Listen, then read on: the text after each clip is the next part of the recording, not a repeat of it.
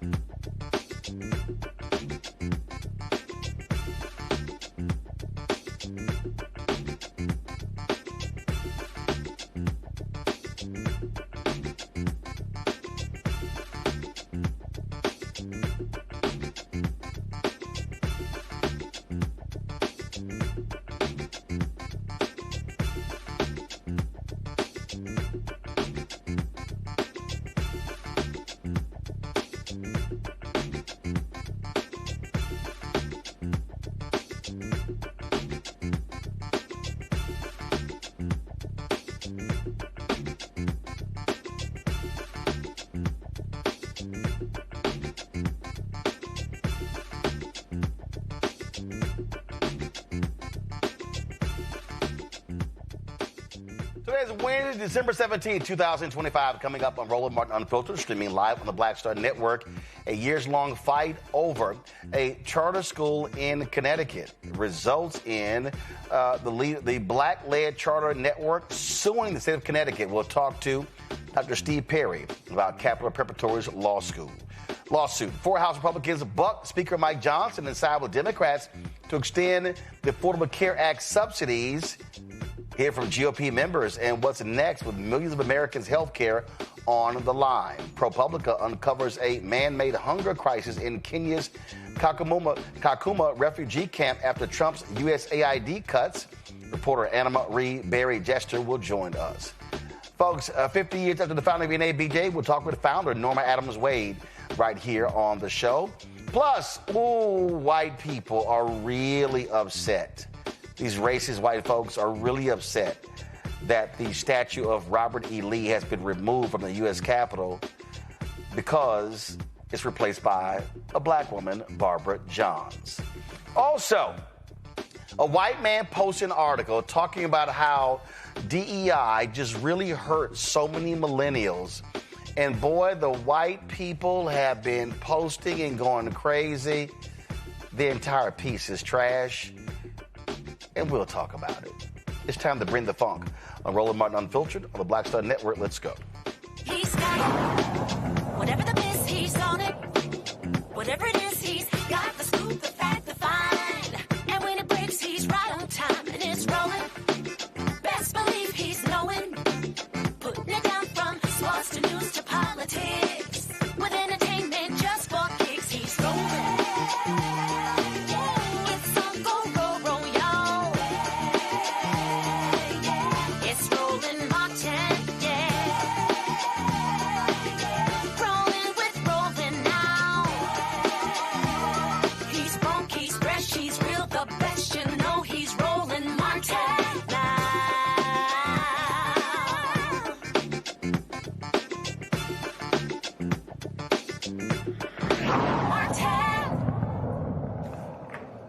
Well, folks, a years-long battle over a proposed charter school in Connecticut has now moved to the courtroom. Capital Preparatory Middletown Charter School in Bridgeport, Connecticut, was approved by the State Board of Education in 2023. But here we sit 2 years later, and they still haven't received any funding, and they've never opened their doors. Now the charter network is suing the State Department of Education, challenging an October decision that says the board can approve a charter, but only the legislature has the authority to actually provide the money. Joining us now, Dr. Steve Perry, head of schools with Capital Preparatory Schools. So let's go right here, Steve. So for the folks who don't understand this story, the state goes through a process. Capital Preparatory, your school there, is ranked number 1. Not 2, not 3. You're ranked number 1. They decide to not fund the number 1 ranked school, but fund the number 2 and 3 ranked school. Is that what's going on? Not only is it what's going on, there's a case. There's the whole entire case. It doesn't make sense when you say it out loud. It doesn't make sense when you read it. So it's like sometimes, Roland, when people ask, why they do something so stupid? You're like, I don't speak stupid, so I don't know why they did it. But yeah, that's what it is. And I want first to thank you again, Roland, for your consistent support of the work that is on the ground. I know you get the opportunity to talk to a lot of really important people, but you also take the time to recognize that important people are not always people who people know. And the children of Middletown, Connecticut, a town that most folks wouldn't even know exist, they're important too. And they won. Just like any other request for proposals that the state government puts out. There's a request for proposals that the State Department of Education put out. They score the applicants. The top applicants are sent to the state legislature. The state legislature determines whether or not they're going to fund charter schools at all. When they put the money in the budget to fund charter schools, the law then says if in any given fiscal year 2 or more charter schools have been approved and are awaiting funding, then the State Board of Education shall determine which school is funded first. which in this case would mean Capital Prep, the number one school in the applicant pool. But as a result of some skullduggery by two white legislators, one is named Matthew Lesser, Senator Matthew Lesser, and the other one is Union Boss. She's literally the vice president of the NEA in the state of Connecticut, and she's a state senator. These two people conspired. What's her name? Her name is Jan Hockadell, Senator Jan Hockadell, Union President Jan Hockadell. No conflict of interest there. What they did was they conspired with the Senate leader. His name is Senator Marty Looney. And they agreed that because these two senators,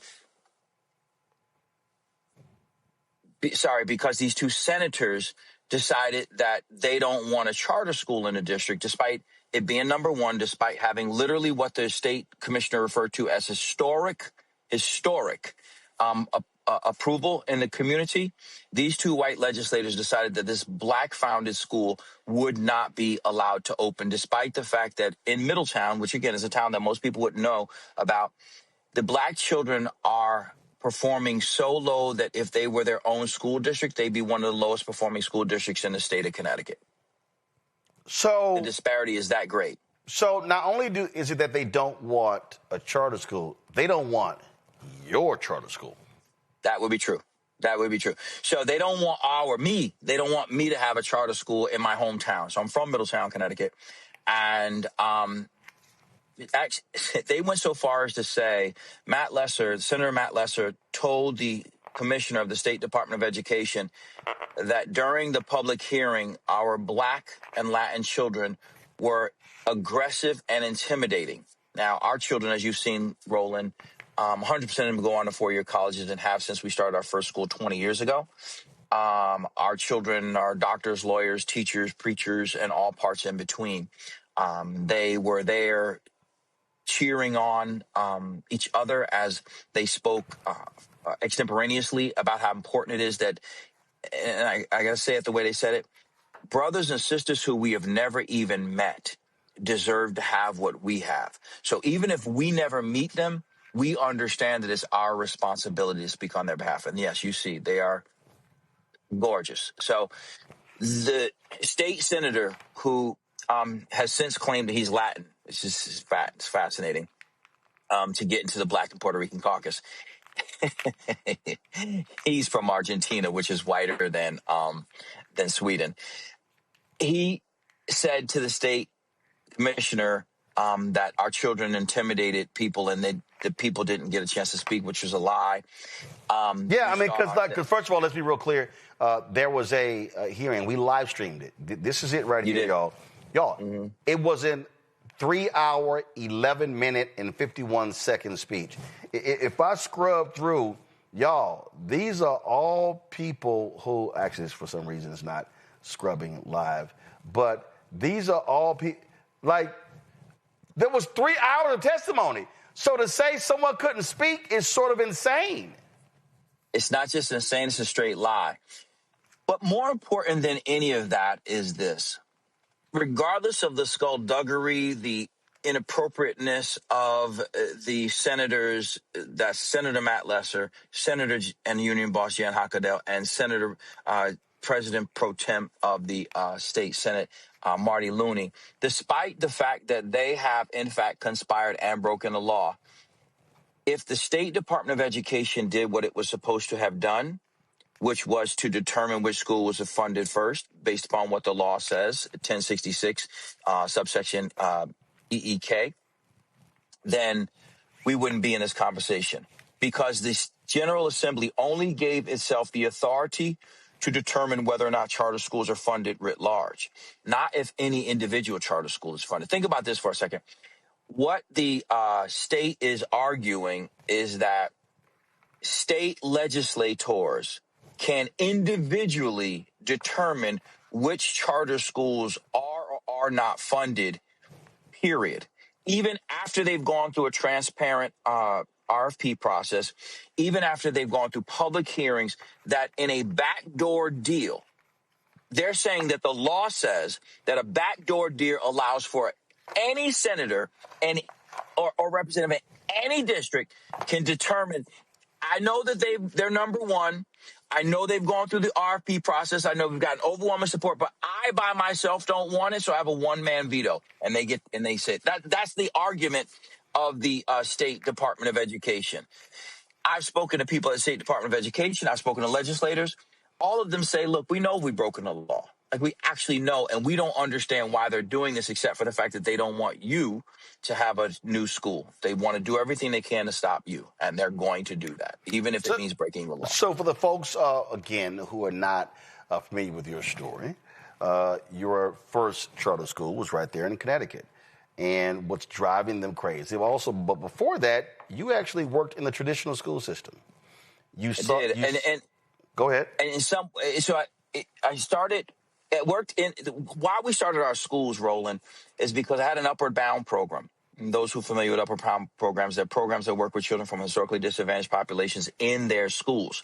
So I was in the schools supporting this neighborhood schools, working with their teachers and the principals. And then I would take the children during the summer and I would provide them with academic enrichment in anticipation of the upcoming year. But Roland, what started to happen was I would work with them for 6 weeks. Let's say I would have them in algebra during the summer in anticipation of them taking algebra in the fall. They take algebra. They'd be enrolled in algebra for the fall, and I would go look at their schedule 2 weeks in, and I'd find that they were something like extended algebra, basic math. And I'm like, well, why are they in these classes? Like, what happened? And after so many times of asking this question and coming away with the flim and the flam, I just said, you know what? I could run a school at least as well as these people. I mean, I could suck at least as bad as them. So we started our own magnet school in the Hartford Public School System.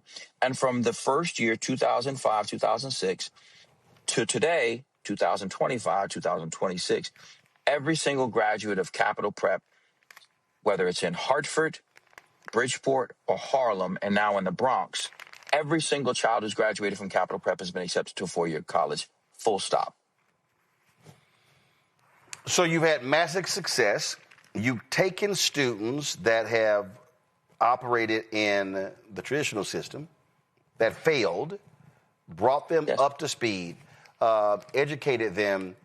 So they literally are saying, we're going to penalize you, Dr. Steve Perry, and Capital Preparatory because you're too successful. We are actually the #1 high school in the state of Connecticut. And I want you to understand what that means, Roland. We're talking about 209 high schools in the state of Connecticut, which is overwhelmingly white and overwhelmingly wealthy. I want to say that again, overwhelmingly white and overwhelmingly wealthy. Depending upon who you ask, Connecticut is either #1 or #2 in the United States of America in terms of academic performance.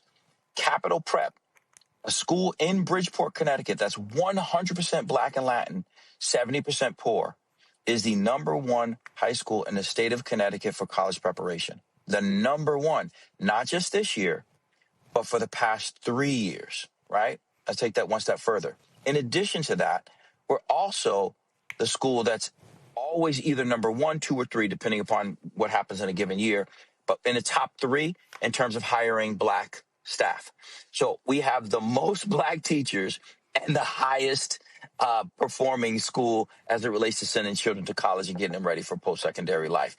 So one would think if you have all Black Latin children, you have a primarily Black and Latin staff, and you're beating the wealthiest white school systems in the United States of America, we should give y'all some more schools. Like, you should have some more opportunities to work with some of the poorest children. In fact, if all of the Black children in the state of Connecticut last year had gone to Capital Prep, 100% of them would have graduated. Because 100% of our Black children graduated last year. And just say went on to graduated. Then if all the Latin children in the state of Connecticut went to a Capital Prep, then 98% of them would have graduated. Take that one step further. If all of the special needs children in the state of Connecticut had just gone to Capital Prep last year, 100% of them would have graduated and gone on to a 4-year school. So you got to ask the question, what is it about a state that has a long reputation of denying Black people access to an education? Most folks don't know that the first historically Black college was supposed to be in New Haven, Connecticut, but Yale University squashed that. A woman by the name of Prudence Crandall was run out of the state of Connecticut because she chose to educate black children. And today, ironically, or hypocritically, there's a statue in the rotunda in the legislature. This is a state that has made its business about stopping black people from educating within the state of Connecticut. Less than 4% of all teachers in the state of Connecticut are black. So we have a underqualified state commissioner who is not a serious candidate, should not have ever been made the commissioner, who happens to be of color, who allows herself to be led by her nose by the teachers union. And she knew that she had broken the law because we talked about it, Roland. And you know me, we've known each other a long time. She called me. We had a meeting, and she said to me, Dr. Perry, if there's ever an issue, please just call me directly so we can work this out. I said, you got that, Commissioner Russell Tucker. So I called her, and I said, this was in December of 2024. I called her December 10th, and I said, I texted her, and then we spoke, and we got on the phone. And I said, Commissioner, I got something to tell you. And she said, what do you got? I said, I think y'all broke the law. She said, what do you mean? I said, well, and I showed her the law that says that if in any given fiscal year 2 or more charter schools have been approved and are awaiting funding, then the State Board of Education shall determine which school is funded first. She said, oh, my goodness, we've never done that. I said, I know. I'm aware of that. And I said this to her, Roland, you shouldn't say that too many times because you're admitting to breaking the law, because it clearly says it. She said, I see why you say that. And so I said, well, if you could, I feel like we have an elegant solution here.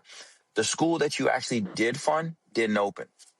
I don't know if I told you that before. Wait a minute. So they funded a school, and the school they funded, it never opened?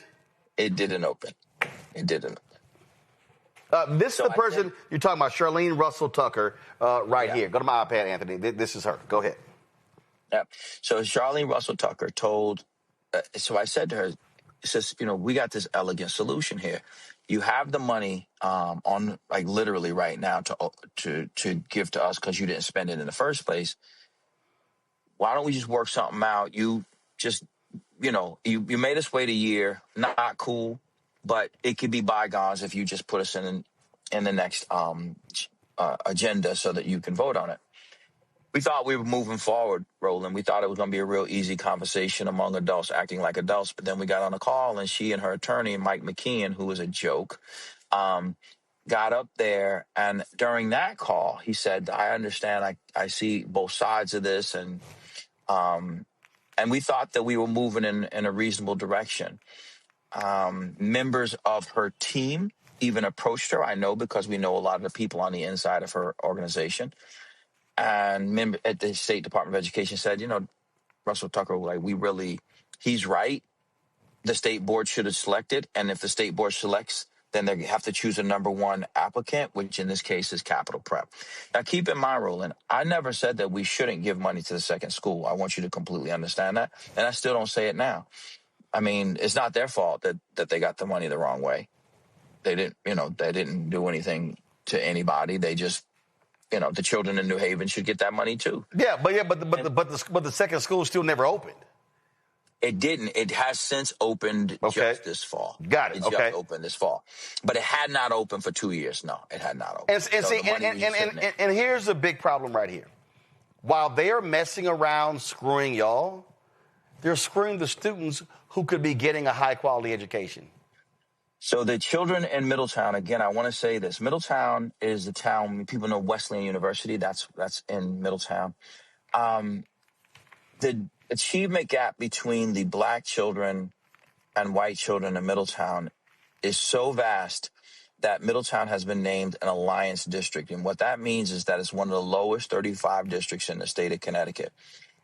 And the achievement gap is so vast that it bears additional resources by the State Department of Education through another designation of the Commissioners Network. So it's in both of those. So the state already acknowledges that this town is in trouble. So the state, let's just be clear. So the state is spending more money than allocated to educate children in this city, and they're still failing, but they would rather deny the #1 ranked school an opportunity to open another school because they actually don't want you to be even more successful. They don't. I wish I meant that much to them where it was me. I just think that, to borrow from the old Kanye, they just don't care about black people. They really don't. Roland, the largest ministerial alliance from the county, which is black, they're behind this. They're the ones, Roland, who called me. And they said, Elder Harville said, you're opening these schools in Hartford, you open these schools in Bridgeport, you from Middletown. Like, my family goes to his church. Many of my family members were both married and buried in his church under his stewardship. He wasn't being disrespectful, but he was saying, somewhat disrespectful for you to keep opening schools everywhere but home. And I that was a fair critique. You know what I'm saying? Like, the longer part of it was I didn't have an opportunity because of the way that they did RFPs. But that's not the point. The point that he was making was an honest point, which is, you go in the Bronx, you go to Harlem, you open a new school in New Rochelle. Like, you opening all these schools in other places, but you're not even coming home first. And so I acknowledge that, and the community came out. The community has come out consistently. That's why tomorrow we're having a press conference, and I won't be speaking at it. It's all community members. It's just the community speaking boldly and impassioned about what it is. Nobody wanted to sue the state. This is weird. So the state, this is stupid. So the state legislature that's blocking it, do they represent this area? They do. They do. In fact, and this is where it gets gross, Roland, and this is where we need to start calling out our community. To vote people out. Yeah, vote people out. But before we vote people out, Roland, is this Senator Matt Lesser. He was somebody who this particular church that I'm talking about, they honored. Like, he would come in with his little goofy citation and, whatever citation they give him, whatever. And they treated him like a brother. And so much so that when they pulled him aside, they said to him, "Are you really serious?" Like, what they said to him in a meeting, again, that I wasn't even a part of. They said to him, "This is not Dr. Perry's school. This is our school. We called him to do this. He works for us." And what Matt Lesser said to Elder Harville, he said, "You are beating a dead horse in his sanctuary." Wow. This is a man who has been in there glad-handing. If you were to go on his website, you see pictures of him there. He has used black people. He continues to use black people. And what Elder Harville said, he said, "We don't ask y'all for nothing. We do everything you ask us to do. And all we're saying is we're not even taking anything from you guys. We're just saying we want to do our own school. We want to serve our own children." Matt Lesser has done everything he could to make sure that doesn't happen.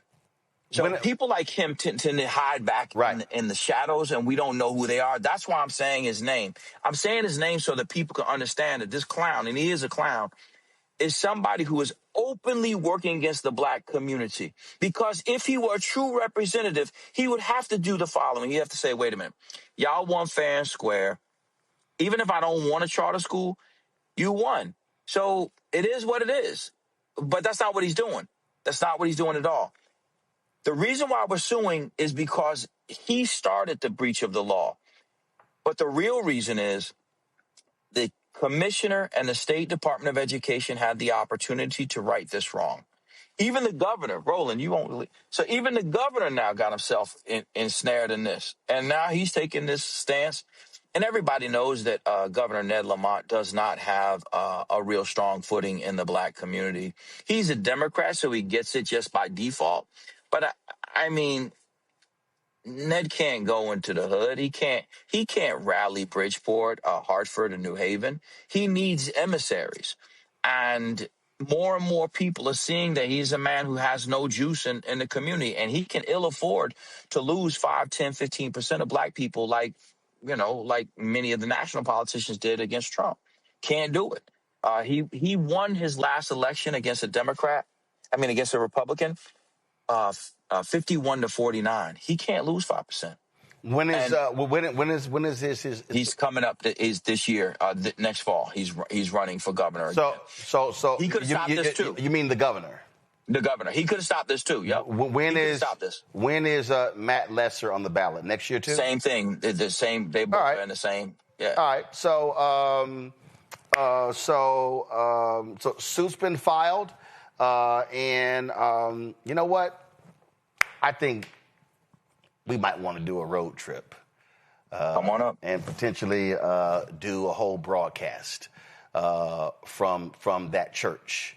And invite the governor, and invite Lesser, and invite all the folks involved, and have them look these people in the eye and say, why are you denying opportunities? So, yeah, we'll work on that. Let's do that. Steve Perry, I appreciate it, man. Thanks a lot. Thank you so much. Take good care of yourself. Folks, going to a break. We'll be right back. Roland Martin Unfiltered on the Black Star Network. Said the quiet part out loud. Black votes are a threat, so they erased them. After the Supreme Court gutted the Voting Rights Act in 2013, Republican legislatures moved fast. New voter ID laws, polling place shutdowns, purges of black voters from the rolls. Trump's Justice Department didn't stop it, they joined in. In 2018, his DOJ backed Ohio's voter purge system, a scheme that disproportionately erased black voters. Their goal, erase black votes and political power. Yeah, that happened. These are the kinds of stories that we cover every day on Roland Martin Unfiltered. Subscribe on YouTube and download the Black Star Network app. Support fact-based independent journalism that centers African Americans and the issues that matter to our community.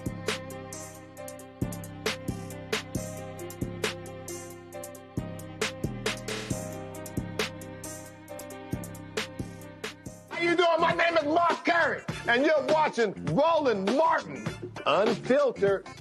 Deep into it, like pasteurized milk without the 2%. We getting deep. You want to turn that shit off? We're doing an interview, motherfucker.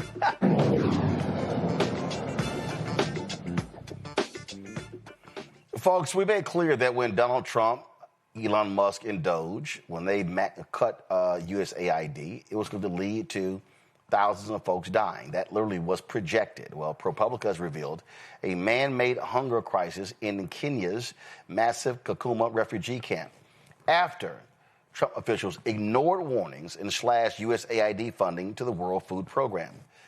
Despite Secretary of State Marco Rubio's claims that food aid was spared, 308,000 refugees saw rations hit historic lows. Half got nothing at all, forcing impossible choices as malnutrition soared and child death spiked, with at least 54 kids dying from complications this year. That is pathetic. Anna Maria Barry-Jester is investigative reporter at ProPublica. She joins us right now. I'm glad to have you here. Anna, the United Nations made clear. They estimated the people who were going to die as a result of this. And the people who claim to be pro-life do not care.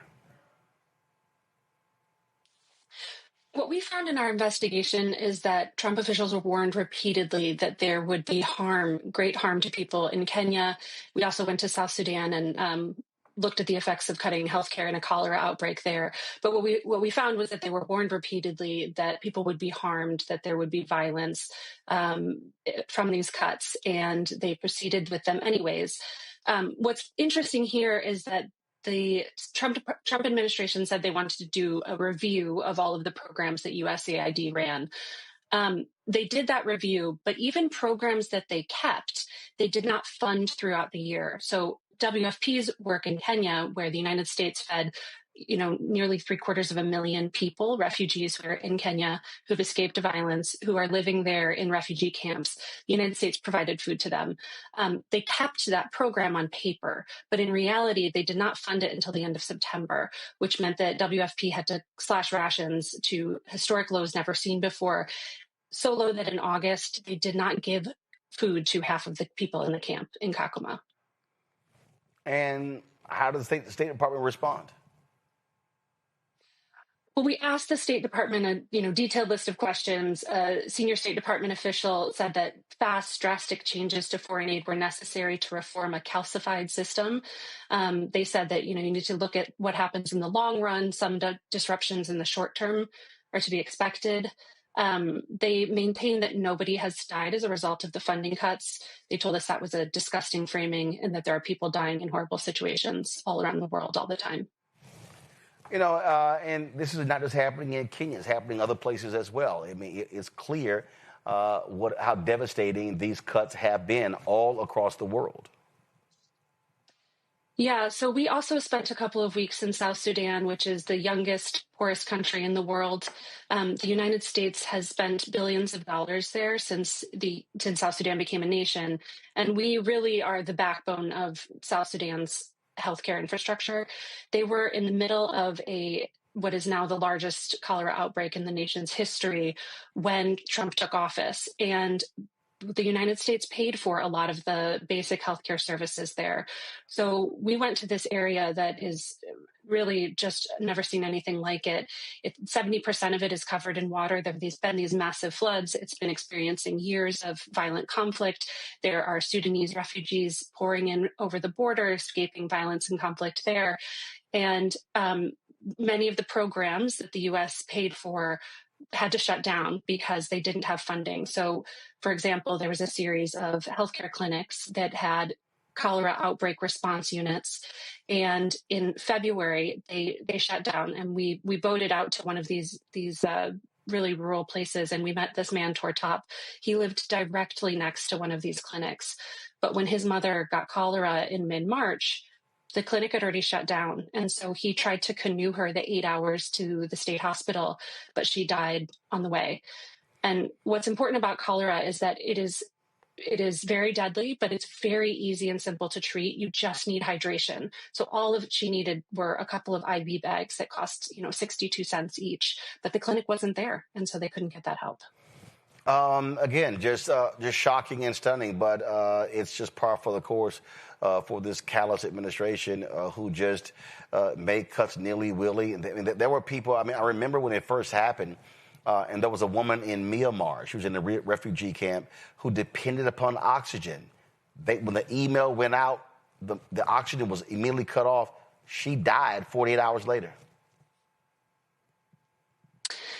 Yeah, what's challenging about this situation is that, Secretary of State Marco Rubio said that they would maintain life-saving programs, and they went through a review and canceled thousands of programs, but kept, close to 1,000 programs on paper.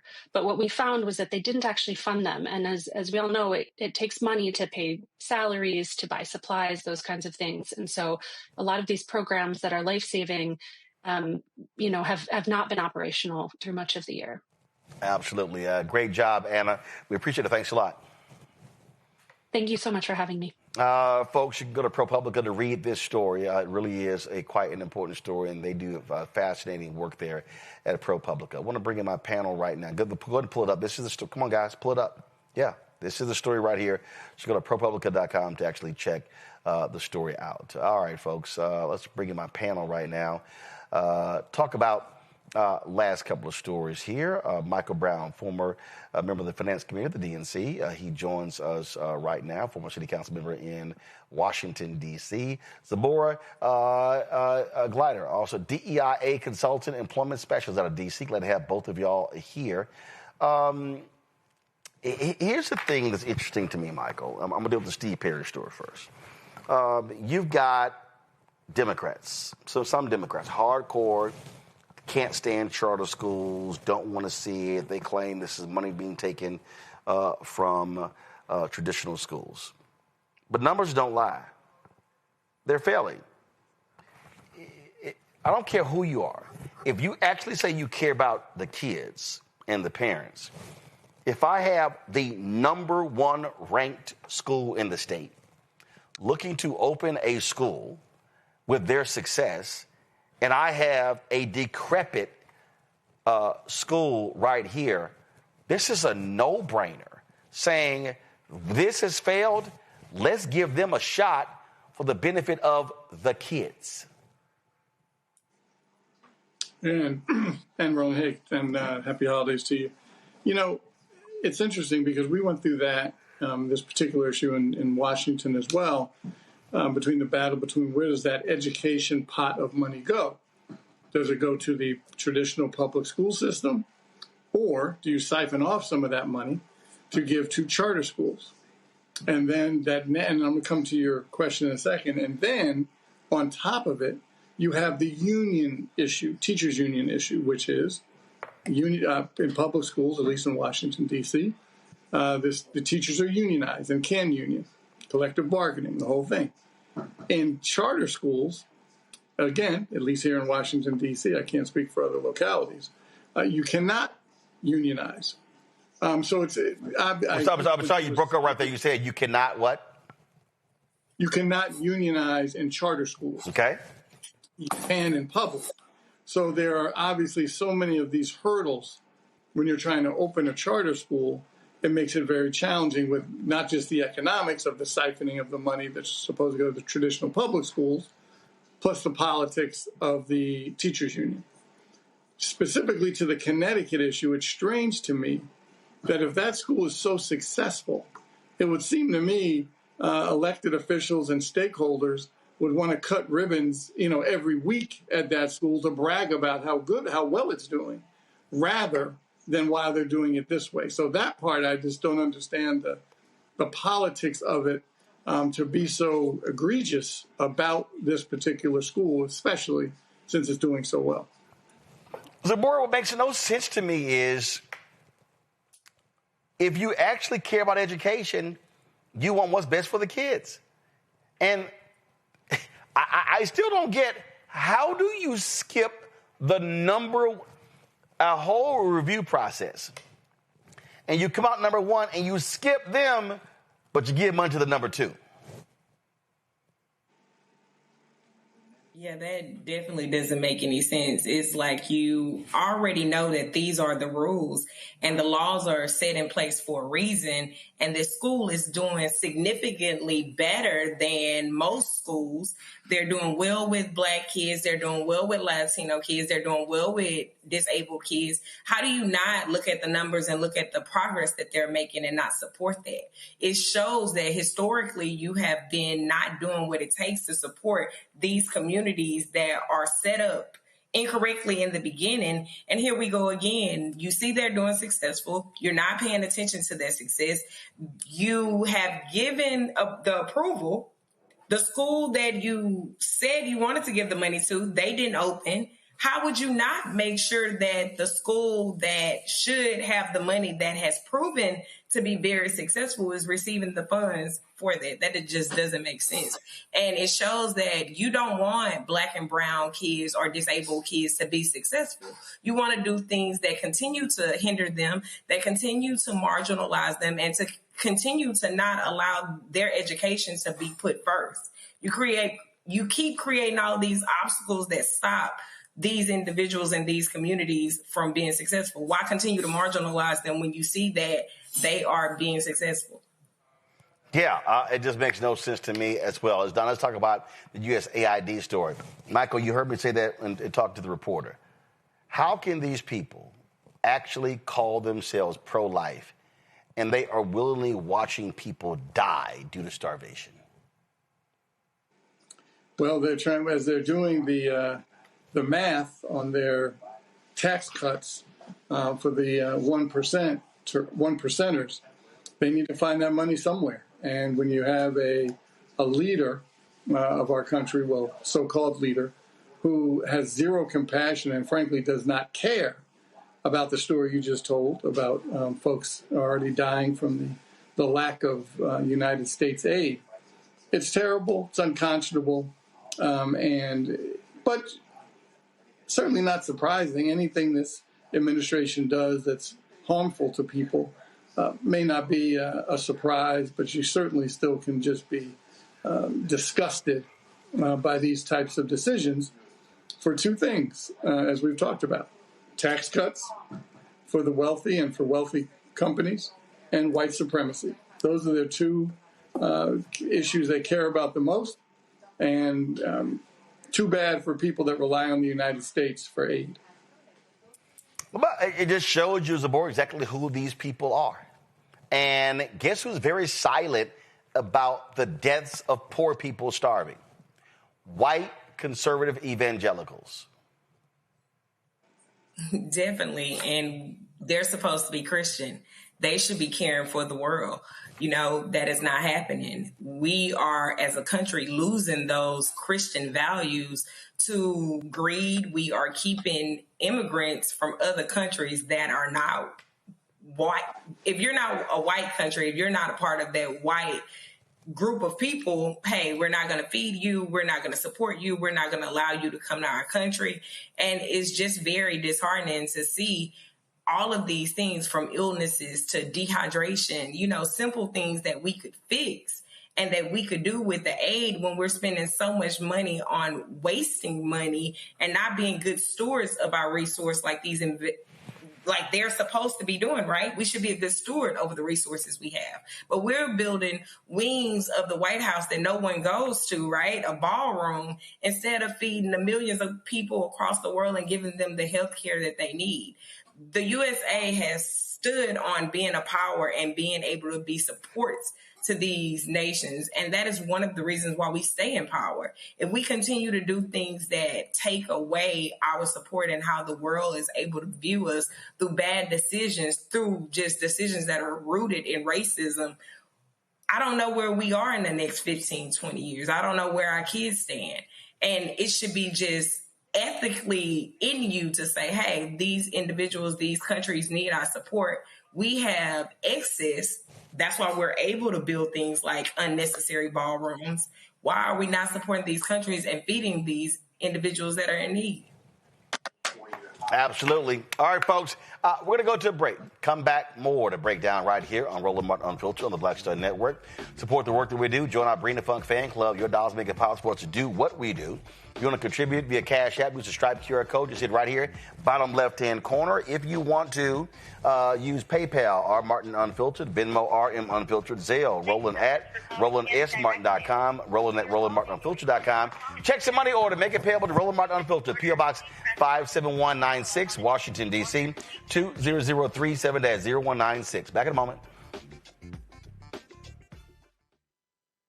If in this country right now, you have people get up in the morning and the only thing they can think about is how many people they can hurt, and they got the power, that's a time for mourning.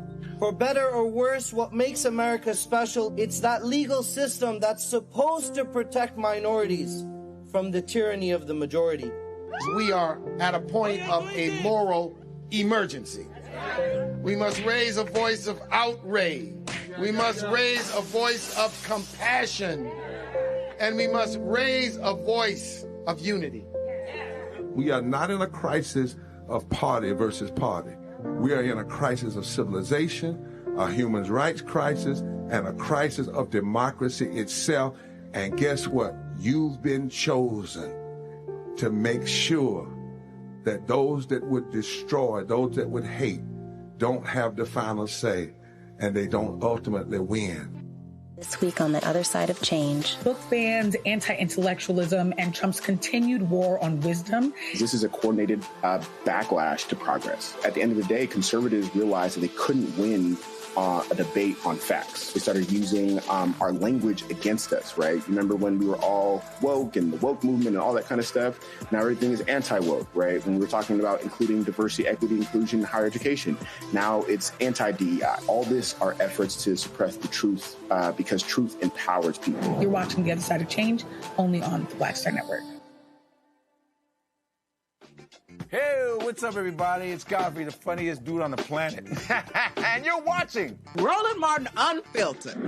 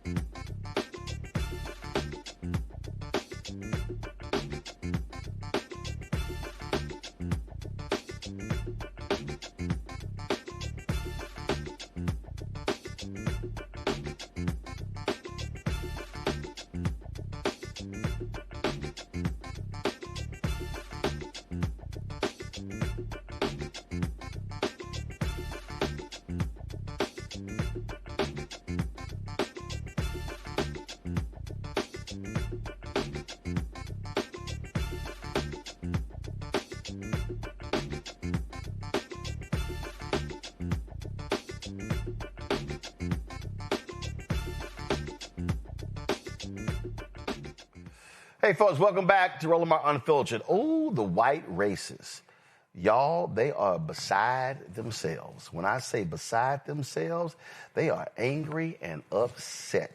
That's because on Capitol Hill the other day, I go to my iPad, there was the unveiling of a statue. This is a statue of Barbara Johns. She was the African-American woman who led the effort to desegregate Virginia's schools. Now, what they did was they replaced the statue in the Capitol of the white domestic terrorist General Robert E. Lee. Now, here's the deal. Each state in Statuary Hall, each state gets to actually have two statues. They get to pick. And so what Virginia chose to do was replace the statue of Robert E. Lee. And this is video that Senator Tim Kaine shot of his statue being removed from Statuary Hall and replaced with Barbara Johns. And Tim Kaine, the senator, said at 4:30 a.m. on a night in December 2020, I recorded the removal of the Robert E. Lee statue from the U.S. Capitol. Today, he'll be replaced by Barbara Rose Johns, who led a protest of conditions in her all-black school in Farmville that eventually helped end segregation in America. Now, that's great news. But boy, if you look at Twitter, ooh, the racists are upset.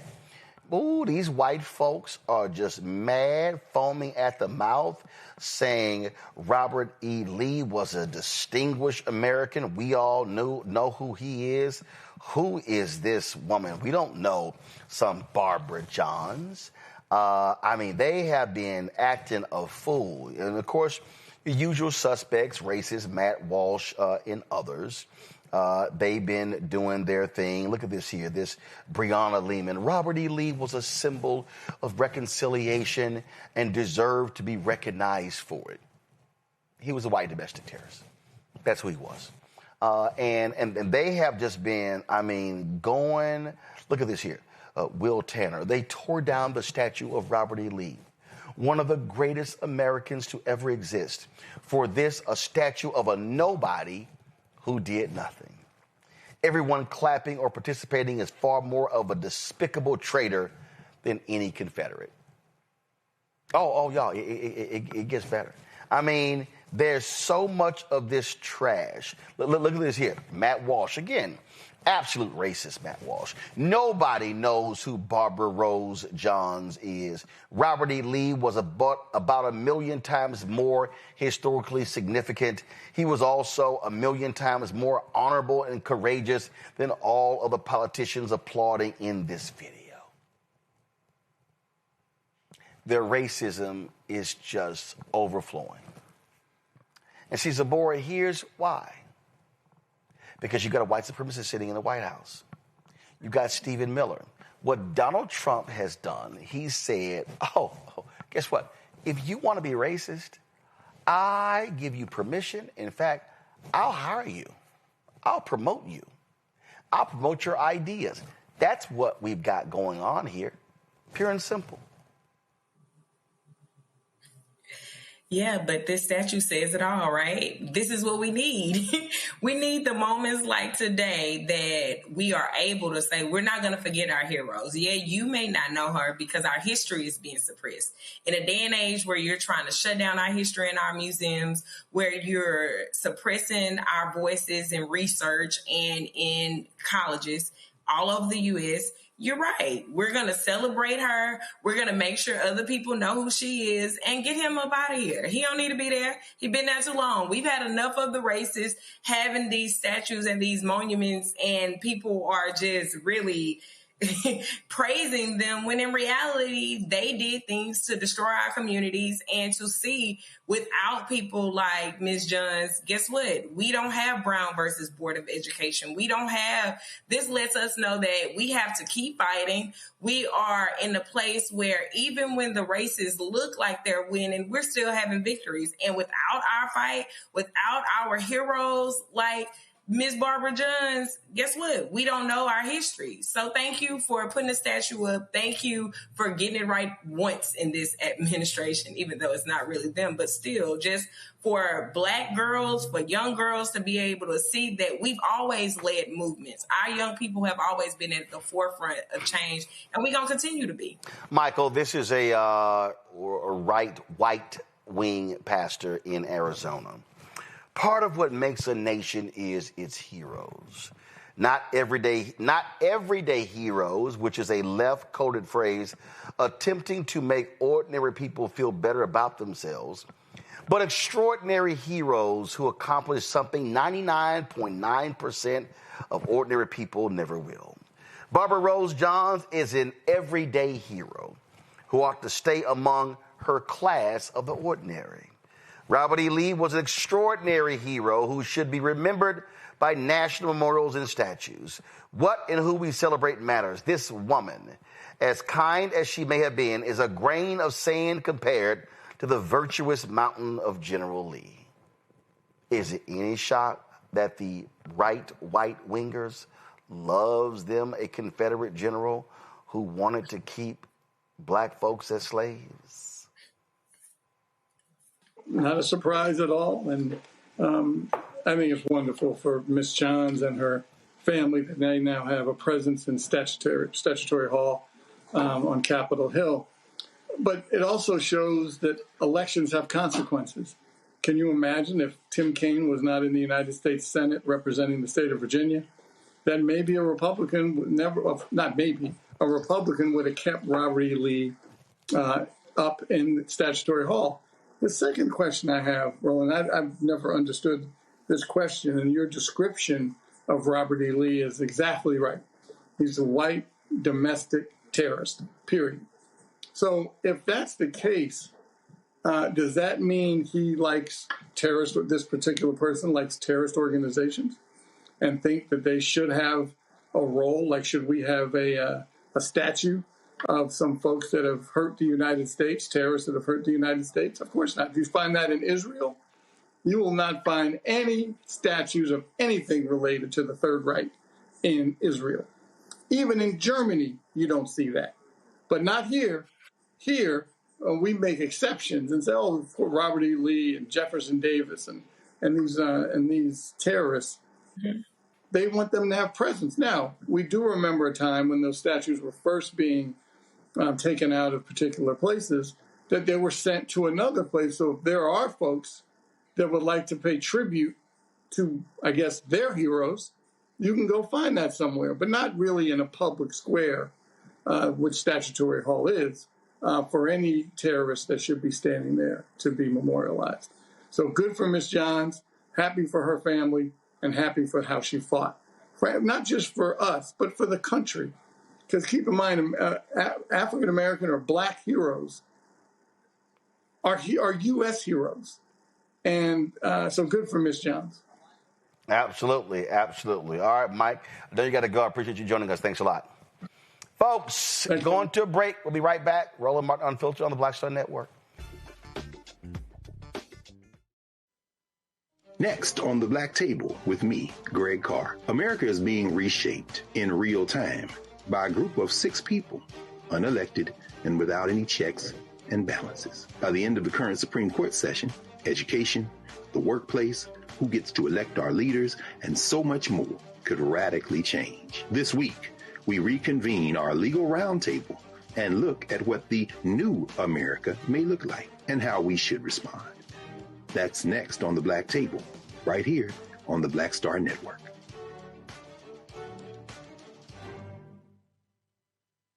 It's your boy Earthquake, giving Roland Martin something to do, because he don't know what to do. He's from Texas. Ain't his fault.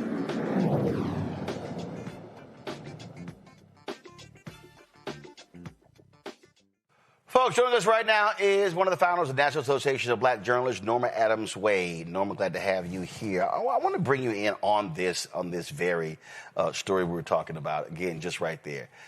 And this is why it's critically important to have black journalists in the newsrooms. This is also why the media changed. Bottom line is that I had to correct some folks. This white dude, he wrote this piece. Everybody's talking about this dude, Jacob Savage, some piece called The Lost Generation. He's writing about how, oh my God, all of these folks, all of these millennials, guys, come on iPad.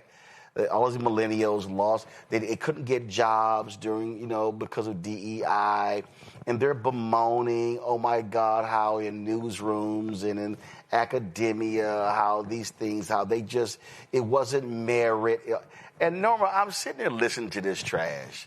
And I'm like, where were y'all in these all-white newsrooms in 1975? In 1979, in 1980, in 1985, in 1990. It's amazing how they bemoan DEI when these were essentially lily white spaces when you and others came into this business. Yes, you asked the right question. Where were they? They were in their supremacist positions and glorying in that, feeling that they were protected and that nothing would ever change their positions. That's why Trump is so comfortable to say, make America great again, because to him, great was when Anglos were in superior positions. To him and his minions, that is the greatness that they want back. But we're not going to have that. And as Kamala Harris made famous, we're not going back again. Right. And the thing is, right now, black journalists and others are under attack because we are seeing whiteness rise up. They want whiteness to prevail. By my book, I broke down this whole thing. I called it white fear. That's what we are dealing with and confronting, because what they're now looking at is, oh, shit. America is actually going to be a nation majority people of color, and these white folks can't handle it, and that's why everything black is under vicious assault, Norma. Well, you hit it right on the head when you said fear. That's the operative word. This is all about the fear of losing power, the fear of losing supremacy. And you're right. The thought of being a nation of immigrants, a nation of people of color who have power, is extremely frightening to a people who have always been at the top and do not know how to live beyond that position of being at the top. So it's all about fear. Yeah, it absolutely is. And so now this whole deal of, we're losing opportunities.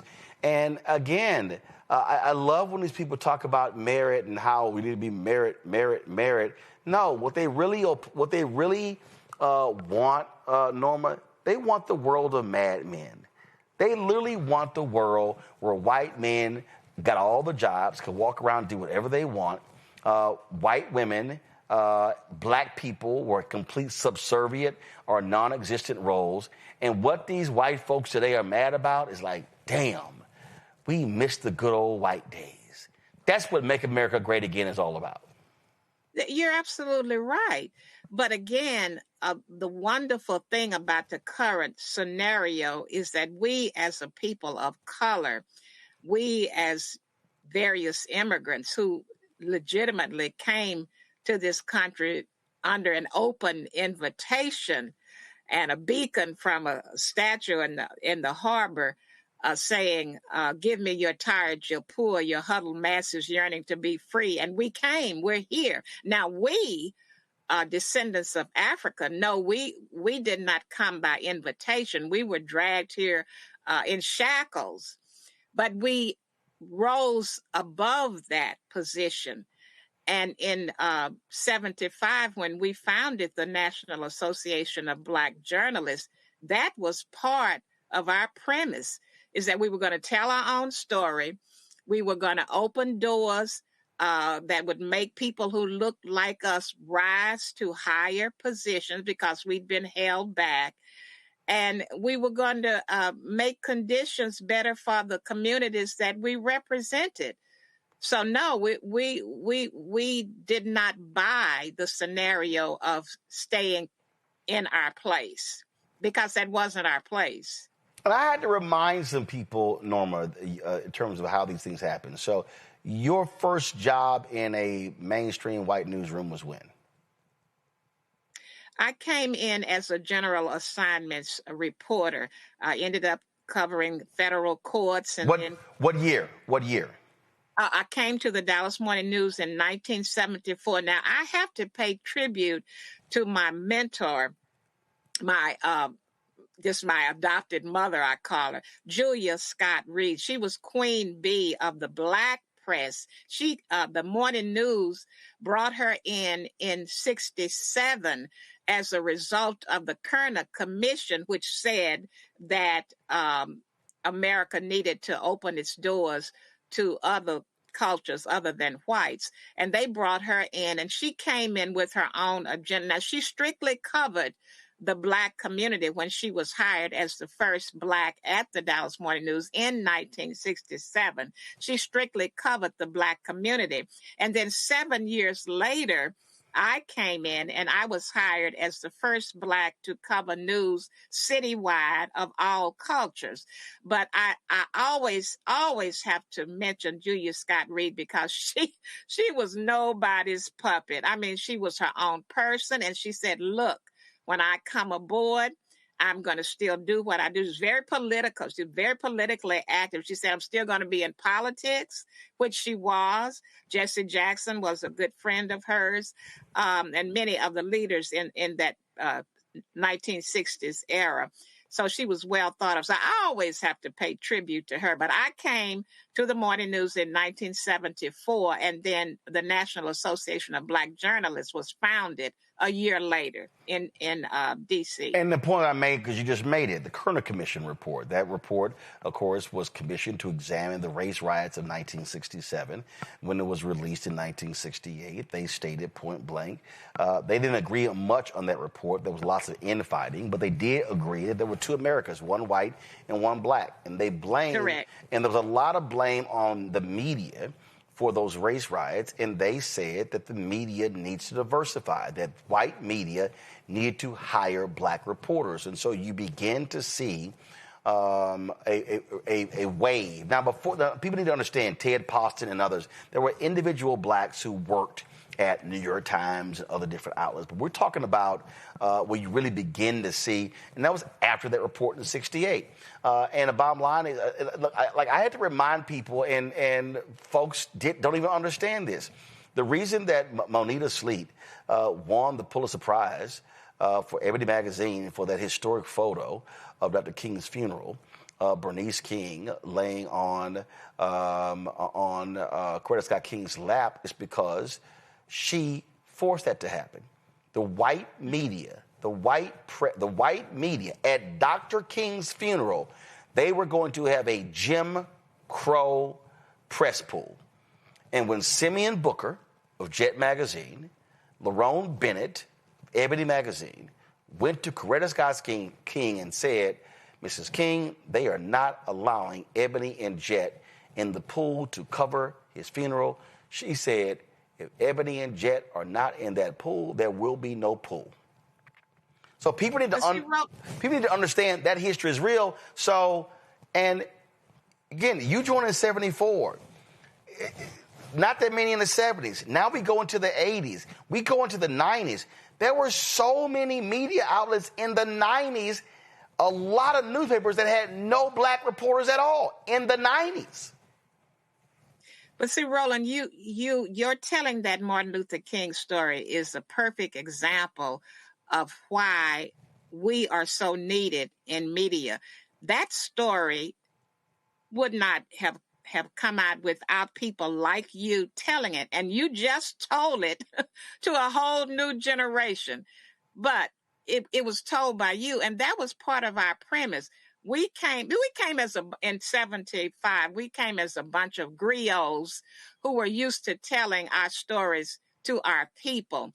And we decided to organize and form a bond to tell our story to the world as a group of griots who knew what it meant to tell our own story, going back to our heritage in Africa, where stories were told orally.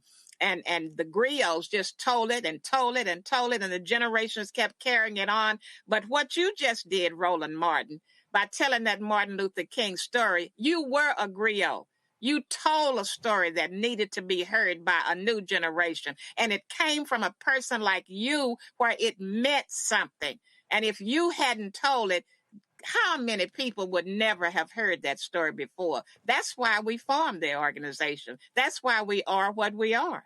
And that's why people have to understand that while we continue to fight for voices to be in mainstream newsrooms, to be show hosts, to be editors, whatever, we also are seeing a reality, Norma, of individuals creating their own media companies, doing their own thing, because the technology has changed, the creator economy has changed. Right. Now there's actually an ability for somebody to make a real living, sometimes more money they made working in one of these outlets, by being able to do their own thing. And so just your thoughts on that, being a founder, looking back 50 years and seeing where the industry was in 1974 compared to where it is in 1975 when NABJ was founded to where it is in 2025. I wish the public could see this industry from my eyes, from that perspective of looking back over 50 years. And when we gathered in that room in D.C. and signed that document and say, yeah, we want to organize, we had thoughts about our people owning our own and making our own decisions and rising to the top. But here it is. It really kind of took 50 years. It really kind of took 50 years for me to see what we saw in our mind's eye back then. But now I'm literally seeing it with, technology. And I'm not a tech person. I'm an old school person. But when I see what we have been, the progress we have been able to make in communication, to tell our own story, and that now someone can go on social media and literally tell their story rather than having to do it through a media outlet. But if you could look back through my eyes of seeing this from 50 years ago, when we just talked about it as if it was a Never Never Land premise, but now it is actually happening, and my mouth is open constantly. My mouth is open constantly when I see where we have come and what we've now been able to accomplish. And yet there still are limitations. Oh, absolutely. Absolutely. And our voices absolutely matter. And we have to recognize that if we are not positioning our voices in these spaces and actually using them, there are going to be problems. Zabor, you have a question for Norma Adams-Wade. Yes. First of all, thank both of you all, because I've learned so much just in listening to this. With you being here in different eras and just thinking of the era that young journalists are in now, what do you suggest could help them carry them through these changes and difficulties that they're experiencing in media as young Black professionals now? You know what my response to that is? That young journalists should be who they are.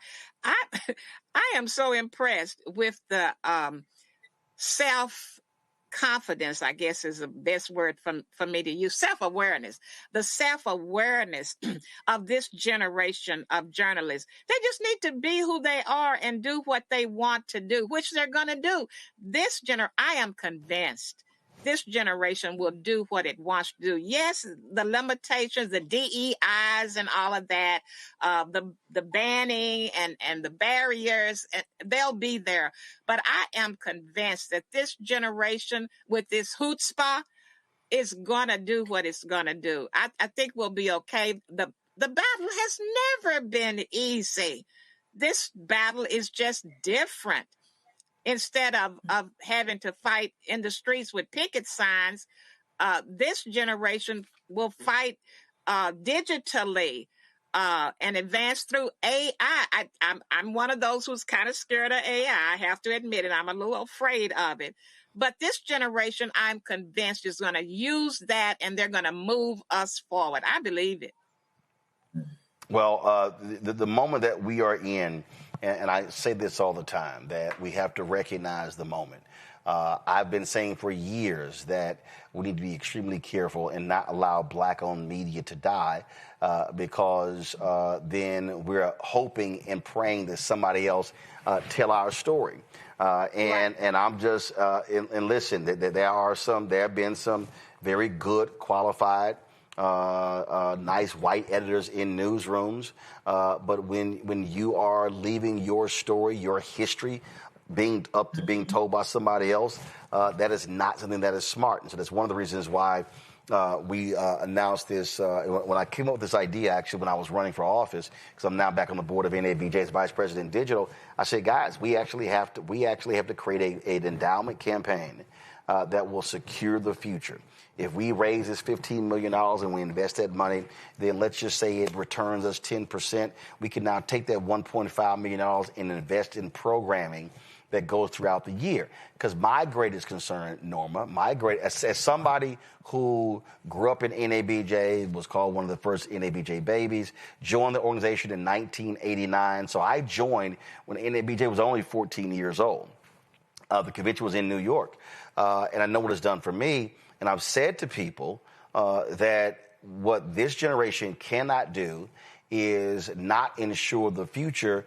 So for somebody 15 years from now, 30 years from now, they need to be able to have a place they can go to where they can meet fellow black journalists, talk with them, learn from them, be educated by them, be nurtured by them. They need somebody who can scold them, who can raise them in the ways and maintain that connection to the folks who founded. Because for me, I had the pleasure of knowing and meeting many of these founders. A lot of folks in the future won't necessarily have that. So we've got to make sure that this tradition and that the entity is here and thriving, not surviving, but thriving.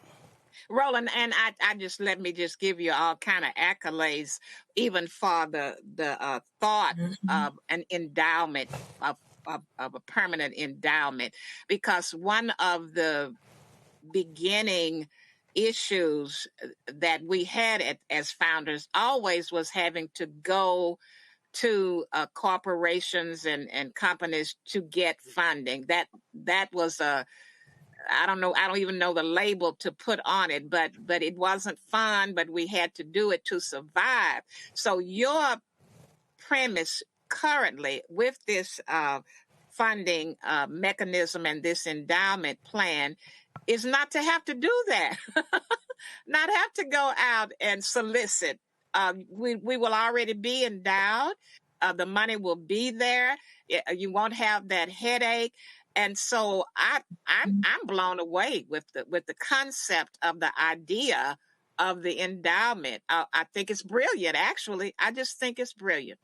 Well, we appreciate it. For folks, we are creating a mechanism for folk to be able to give in different ways for the endowment campaign. So our target goal, of course, is to have what I call our golden circle. That's the people who give $100,000 or more, and they can do that over 4 years. So that comes out to $25,000 a year. But that's one of the things that we're working on.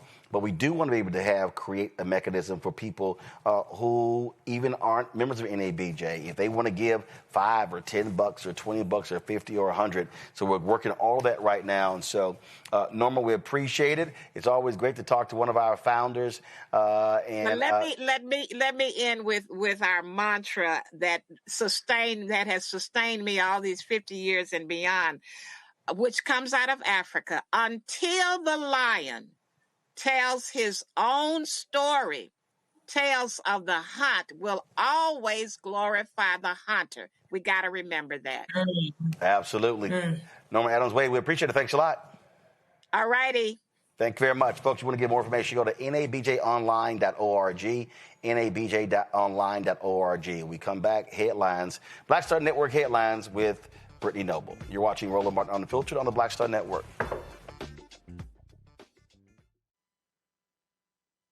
If in this country right now, you have people get up in the morning and the only thing they can think about is how many people they can hurt, and they got the power, that's the time for mourning. For better or worse, what makes America special, it's that legal system that's supposed to protect minorities from the tyranny of the majority. We are at a point of a moral emergency. We must raise a voice of outrage. We must raise a voice of compassion. And we must raise a voice of unity. We are not in a crisis of party versus party. We are in a crisis of civilization, a human rights crisis, and a crisis of democracy itself. And guess what? You've been chosen to make sure that those that would destroy, those that would hate, don't have the final say, and they don't ultimately win. Hello, I'm Bishop T.D. Jakes, and you're watching Roland Martin Unfiltered.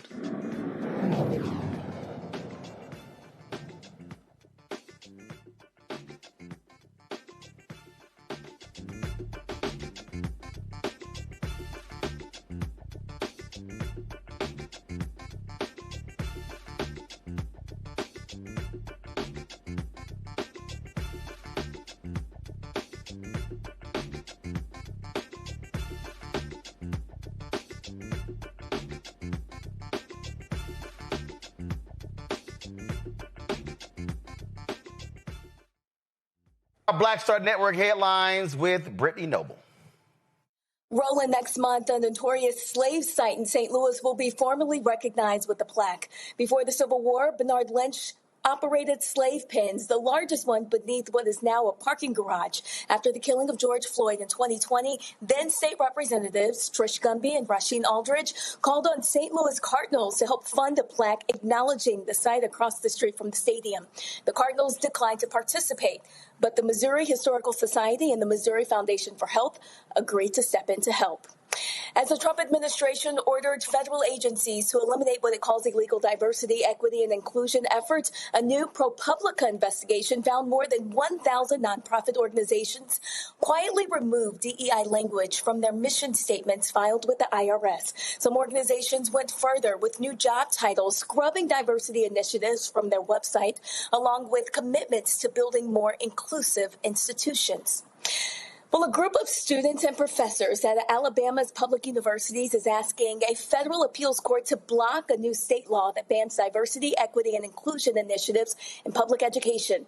The law prohibits public schools and universities from using state funds for any programs or curriculum that endorses so-called divisive concepts related to race, religion, gender identity, and other protected categories. Well, Antonio Ingram, an attorney with the Legal Defense Fund representing the plaintiffs, says that the statute is vague, leaving faculty vulnerable to complaints and investigations, limiting their ability to teach. Well, the founder and curator of the Black History 101 Mobile Museum says Texas State University abruptly uninvited him from a planned campus exhibition. In an email, Khalid El Hakim said university officials cited Senate Bill 17, the state's political climate, and certain topics covered as part of the museum as reasons for the decision. El Hakim founded the Black History 101 Mobile Museum while working as a middle school teacher after noticing just how much Black history was missing from standard curriculum. And Representative Ilhan Omar says her son was pulled over in Minnesota by Immigration and Customs Enforcement agents and asked to show proof of citizenship. Omar, who immigrated to the United States as a child after fleeing Somalia's civil war, accused ICE of racially profiling members of the Somali community. They're looking for young men who look Somali that think they are undocumented, she said. Those are the headlines for today. You are watching Roland Martin Unfiltered on the Black Star Network. We'll be right back after the break.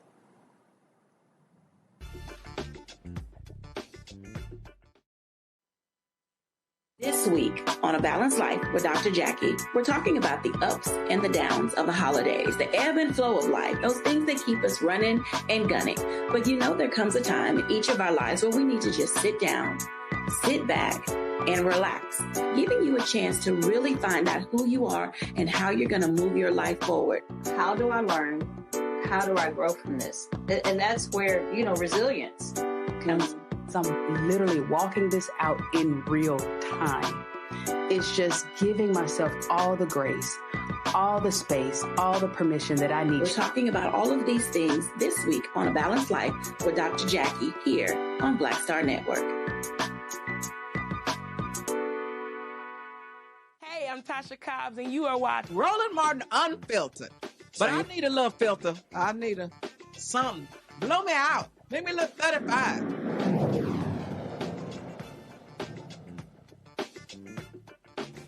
All right, folks, House Republicans, 4 of them, broke with Speaker Mike Johnson, handing Democrats the votes they needed to force action on Affordable Care Act tax credits.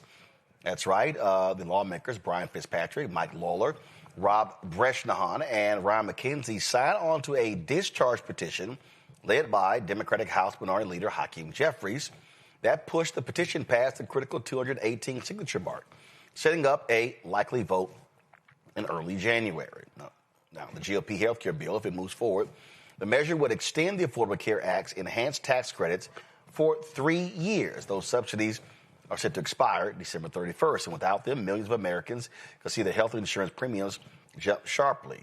Mike Johnson is brushing aside claims he's lost control of the House.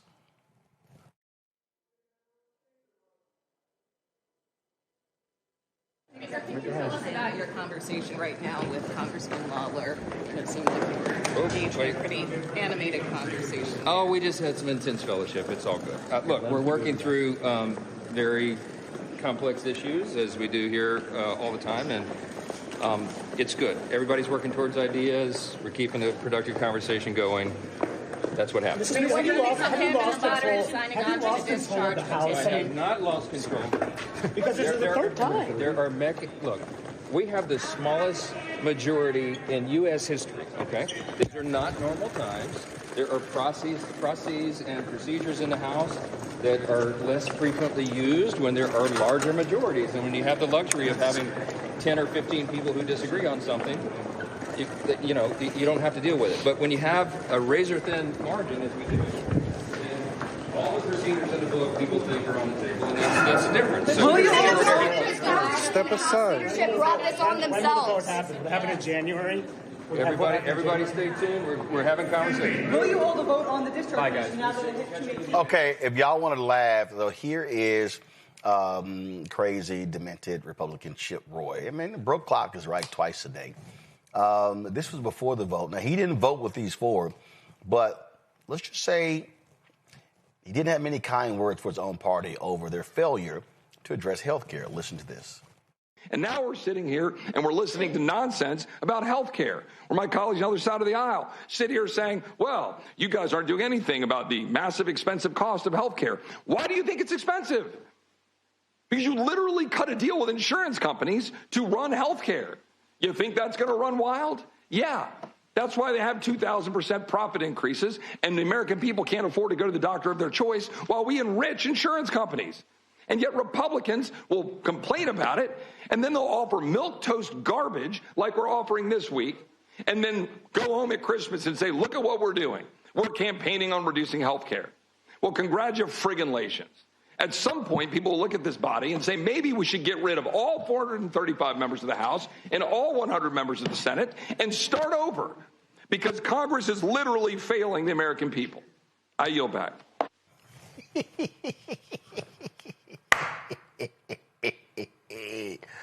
Oh, here's Congressman McGovern roasting Republicans on the House floor.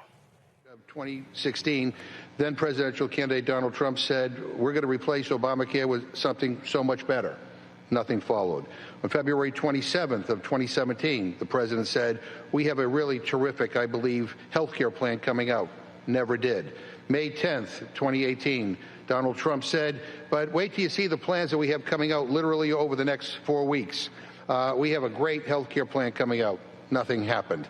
At a press gaggle near Air Force One in May of 2019, he said, we're coming up with a great health care plan. We're going to have a fantastic health care plan that's coming out in the next 4 weeks. Nothing ever materialized. June 16, 2019, the president said, we're going to produce a phenomenal health care plan, and we already have the concept of a plan, and it will be so much better health care. Yeah, well, we'll be announcing it in about 2 months, maybe less. Nothing happened.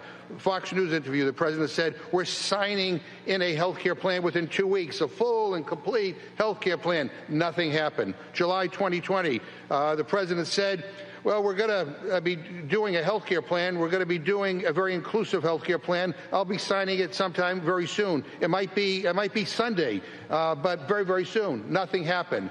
August 3rd, 2020, the president said we're going to be introducing a tremendous health care plan sometime hopefully prior to the end of the month. It's just about completed. Nothing. September 15th, 2020, the president says you're going to have a new health care. We have a whole bunch of alternatives to Obamacare that are 50% less expensive and are actually better. Nothing. It never happened.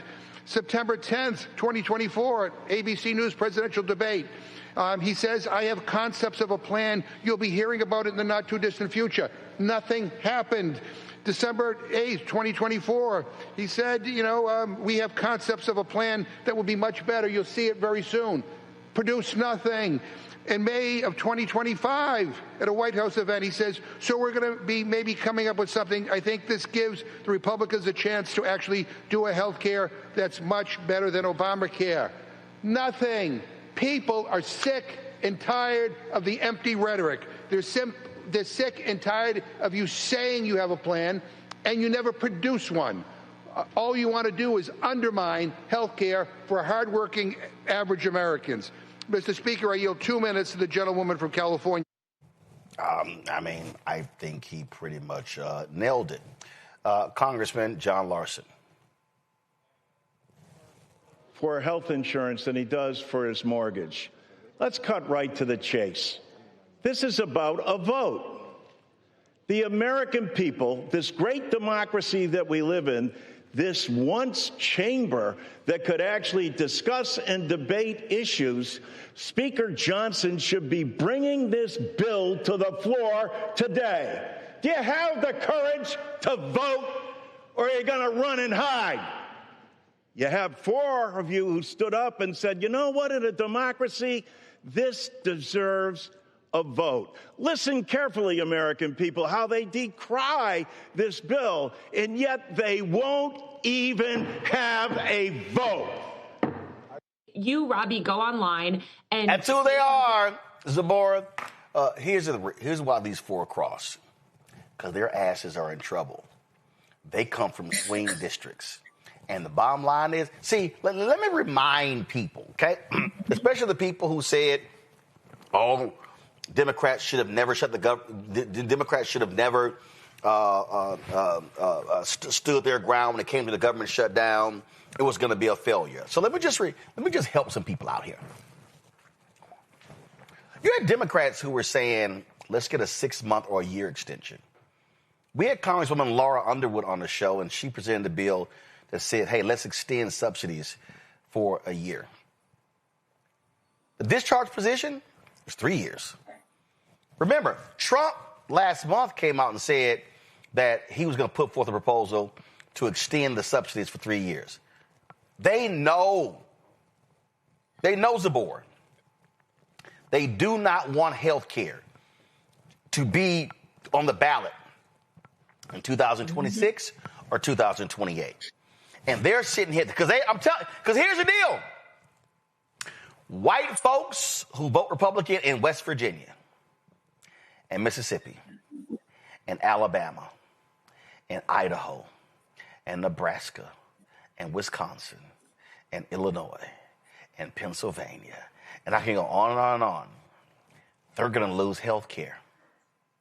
And these Republicans are like, we're going to get our asses kicked at the ballot box, and we're not going to have jobs. That's what this is all about. Of course it is. They know what's on the table. This is the concept of the plan they voted for, right? He told them, well, I have a concept of a plan. You've never had a plan. And in all of these southern states, in all of these Republican states, individuals use these ACA subsidies. And without them, it's like saying, hey, let's double my rent and see what's going to happen. People can't afford to have their insurance premiums doubled. Disabled people are going to be affected. Black and brown people are going to be affected. We are disproportionately affected by this. So if you think that the individuals that are in your counties that are white, that are poor, that are middle class, that are working these jobs that have $7.25 minimum wage with no insurance can afford to be able to get their medications and the things that they need, it don't even make sense. So they know that, and they know that they are headed into 2026 where they're going to get voted up out of there. Districts are flipping. Too much is happening to where you can't keep ignoring the fact that this is a voting year and it's going to be more people flip. It's going to be more people come on the side of, hey, what are y'all going to do? Are y'all going to vote, or are we going to bring it to a vote? Can we have a discussion about it? What are we going to do to make sure that our individuals in our communities are not lacking health care? This doesn't make sense. Oh, absolutely. And they're just sitting here going, man, we going to lose bad on this. Here's actually Mike Lawler talking about it. I am pissed for the American people. This is absolute bullshit. And it's absurd that we are in a body with 435 members. Everybody has a responsibility to serve their district, to serve their constituents. What do you say, though, to the speaker who's not going to give you a vote on this ACA extension? That's a failure of leadership. I mean, we have, members on both sides who believe this is an urgent issue, and it is for all of our members in terms of what their constituents are going to have to deal with in the start of the new year. So what's wrong with having a vote? Yeah, that's kind of what happens. And so now they are really concerned. Zabor, Donald Trump is going to speak to the nation today. I don't know what the hell he's going to talk about. I mean, I don't really give a shit. Trust me, we're not going to be carrying his dumbass address to the nation. I guess it's tomorrow night. I don't know when. I really don't care. There's nothing he can say. He's an idiot. I think the best thing he could actually say is, I resign. That would be great. That would be the best thing he could say. What can he say? What is he going to say? That we're losing more jobs, that every time a Republican gets in the office, we go into a recession? I don't know what he could be addressing right now. We're losing insurance, we're losing jobs, and you haven't even made a year yet. If you're not going to say anything besides resign, you could just keep your whole address. Yeah, so I don't really give a shit. I just really don't. All right, let me go to a break. I'll be right back. Roland Martin Unfiltered, right here on the block. This week on The Other Side of Change. Book bans, anti-intellectualism, and Trump's continued war on wisdom. This is a coordinated backlash to progress. At the end of the day, conservatives realized that they couldn't win a debate on facts. They started using our language against us, right? Remember when we were all woke and the woke movement and all that kind of stuff? Now everything is anti-woke, right? When we were talking about including diversity, equity, inclusion, and higher education, now it's anti-DEI. All this are efforts to suppress the truth because truth empowers people. You're watching The Other Side of Change, only on the Black Star Network. Next on the Black Table with me, Greg Carr. America is being reshaped in real time by a group of 6 people, unelected and without any checks and balances. By the end of the current Supreme Court session, education, the workplace, who gets to elect our leaders, and so much more could radically change. This week, we reconvene our legal roundtable and look at what the new America may look like and how we should respond. That's next on the Black Table, right here on the Black Star Network. If in this country right now, you have people get up in the morning and the only thing they can think about is how many people they can hurt, and they got the power, that's a time for mourning. For better or worse, what makes America special, it's that legal system that's supposed to protect minorities from the tyranny of the majority. We are at a point of a moral emergency. We must raise a voice of outrage. We must raise a voice of compassion. and we must raise a voice of unity. We are not in a crisis of party versus party. We are in a crisis of civilization, a human rights crisis, and a crisis of democracy itself. And guess what? You've been chosen to make sure that those that would destroy, those that would hate, don't have the final say, and they don't ultimately win. Michael McMillan, President and CEO of the Urban League of Metropolitan St. Louis, and you are watching Roland Martin Unfiltered.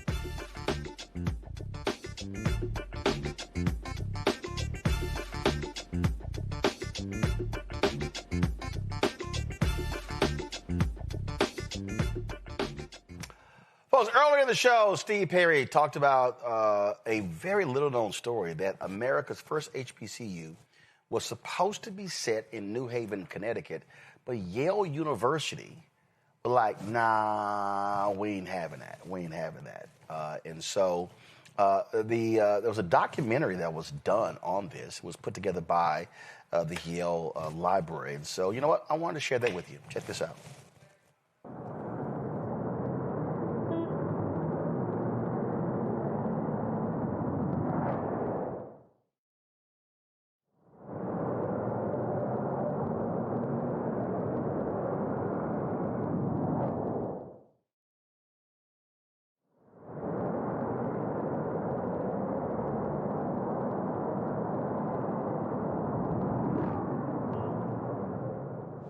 Did you know that New Haven could have been home of the nation's first HBCU?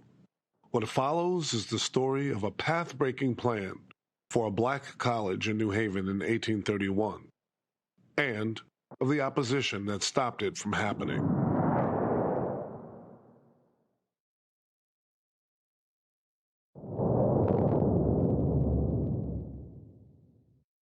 New Haven in 1831 was the co-capital of Connecticut, as it would remain until 1875. An impressive new state house had just opened on the New Haven Green, behind the Center Church and right across College Street from Yale. For white business and civic leaders, New Haven was a city on the rise. It was a center of education and publishing. Noah Webster had just completed the epic American Dictionary of the English language in 1828. Connecticut had the highest college matriculation rate in the nation and the highest literacy rate. In 1830, New Haven was the nation's 23rd largest city with a population of almost 11,000. Wealth was accumulating for white elites. Manufacturing was growing. Immigration from Europe was on the rise. The first steamboat service between New Haven and New York City started in 1815. The Farmington Canal opened in 1828. Signs of prosperity included the Hill House Mansion, Sachem's Wood, built just north of the town center in 1829. On the Green, local Congressman Ralph Ingersoll built an impressive red brick house in 1829.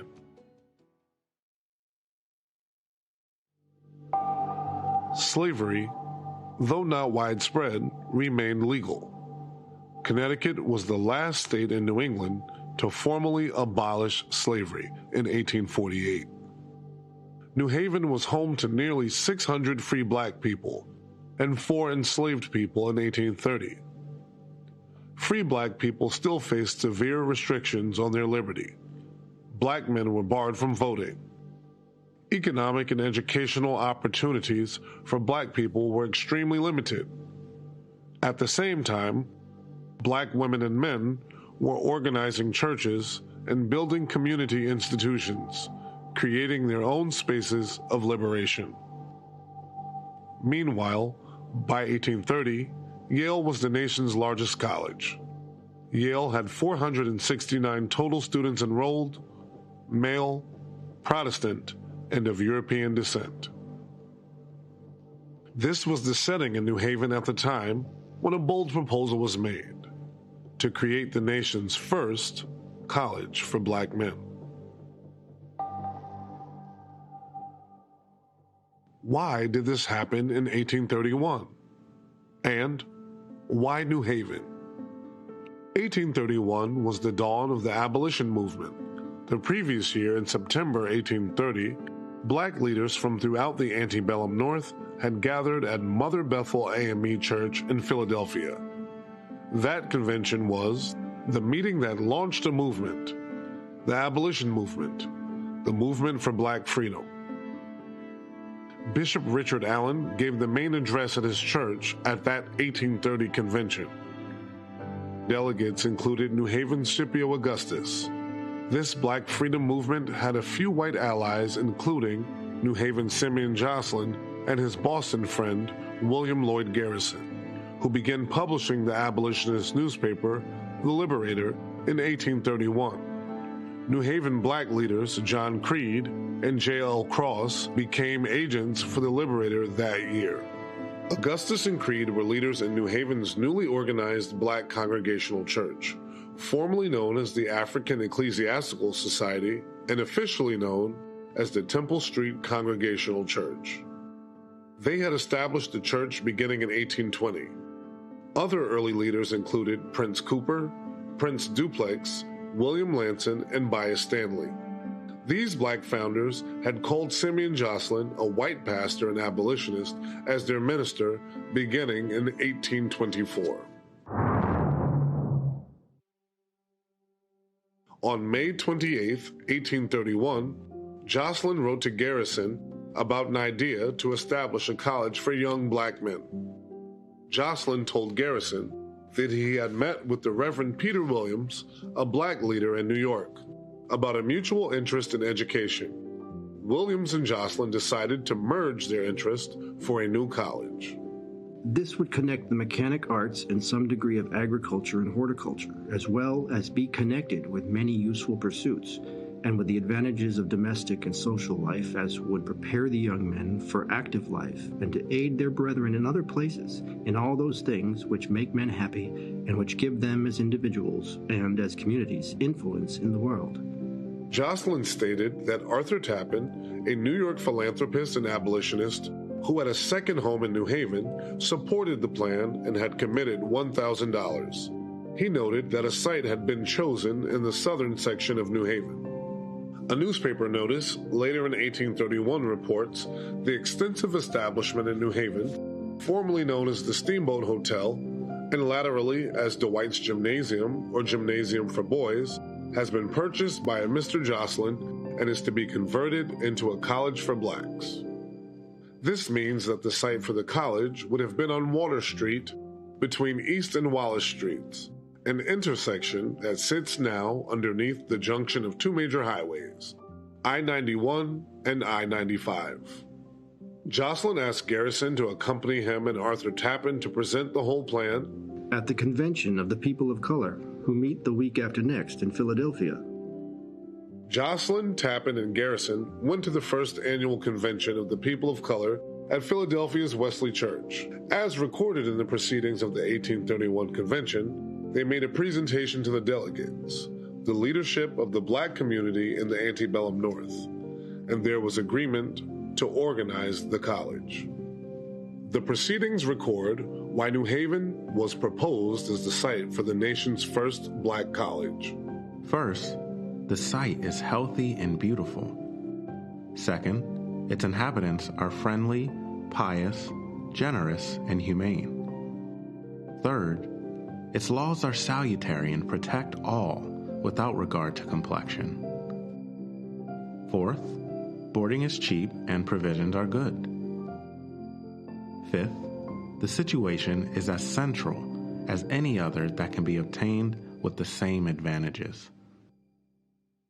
The sixth reason is New Haven carries on an extensive West Indian trade, and with abolition of the slave trade and growing free black communities in the Caribbean that many of the wealthy colored residents in the islands would no doubt send their sons there to this new college to be educated, and thus a fresh tie of friendship would be formed, which might be productive of much real good in the end.